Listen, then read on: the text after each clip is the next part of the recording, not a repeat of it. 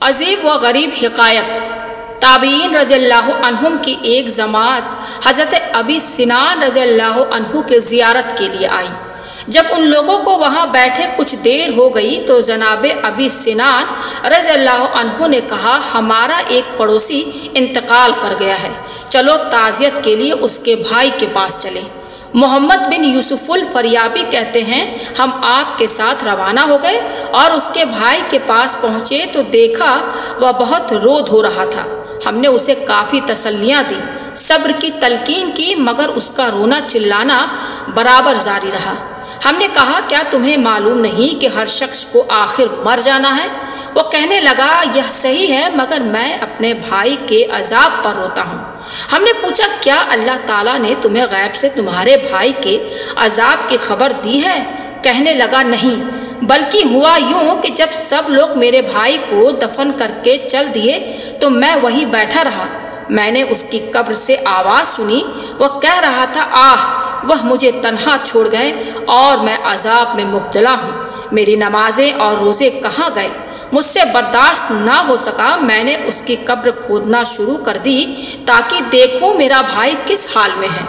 جیوں ہی قبر کھلی میں نے دیکھا اس کی قبر میں آگ دہک رہی ہے اور اس کی گردن میں آگ کا توق پڑا ہوا ہے، مگر میں محبت میں دیوانہ وار آگے بڑھا اور اس توق کو اتارنا چاہا، جس کو ہاتھ لگاتے ہی میرا یہ ہاتھ انگلیوں سمیت جل گیا ہے۔ ہم نے دیکھا واقعی اس کا ہاتھ بالکل کالا ہو چکا تھا۔ اس نے بات کا سلسلہ جاری رکھتے ہوئے کہا، میں نے اس کی قبر پر مٹی ڈالی اور واپس لوٹ آیا۔ اب اگر میں نہ روؤں تو اور کون روئے گا؟ ہم نے پوچھا، تیرے بھائی کا کوئی ایسا بھی کام تھا جس کے سبب اسے یہ سزا ملی؟ اس نے کہا، وہ اپنے مال کی زکوٰۃ نہیں دیتا تھا۔ ہم بے ساختہ پکار اٹھے کہ یہ اسے فرمان الہی کی تصدیق ہے، اور جو لوگ ہمارے فضل سے عطا کیے ہوئے مال میں بخل کنجوسی کرتے ہیں وہ اسے اپنے لیے بہتر نہ سمجھے، بلکہ یہ ان کے لیے مصیبت ہے۔ جلد ہی قیامت کے دن انہیں طوق پہنایا جائے گا۔ تیرے بھائی کو قیامت سے پہلے ہی عذاب دے دیا گیا۔ جناب محمد بن یوسف الفریابی کہتے ہیں، ہم وہاں سے رسول اللہ صلی اللہ علیہ وسلم کے صحابی حضرت ابو ذر رضی اللہ عنہ کے خدمت میں آئے اور انہیں سارا معاذرہ سنا کر پوچھا کہ یہود و نصارہ مرتے ہیں مگر ان کے ساتھ کبھی ایسا اتفاق نہیں دیکھا گیا، اس کی کیا وجہ ہے؟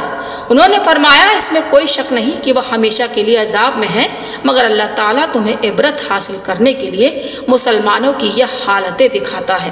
حضور پاک صلی اللہ علیہ وسلم کا ارشاد ہے، زکوٰۃ نہ دینے والے اللہ تعالیٰ کے یہاں یہود و نصارہ کی طرح ہیں، فصل کا 10واں حصہ نہ دینے والے مجوس کی طرح ہیں، اور جو لوگ زکوٰۃ اور فصل کا 10واں حصہ نہ دینے والے ہیں، نبی کریم صلی اللہ علیہ وسلم اور فرشتوں کے زبان سے وہ ملعون قرار پائے اور ان کی گواہی نامقبول ہے، اور فرمایا، اس شخص کے لیے خوشخبری ہے جس نے زکوٰۃ اور فصل کا 10واں حصہ ادا کیا، اور اس کے لیے بھی خوشخبری ہے جس پر قیامت اور زکوٰۃ کا عذاب نہیں ہے۔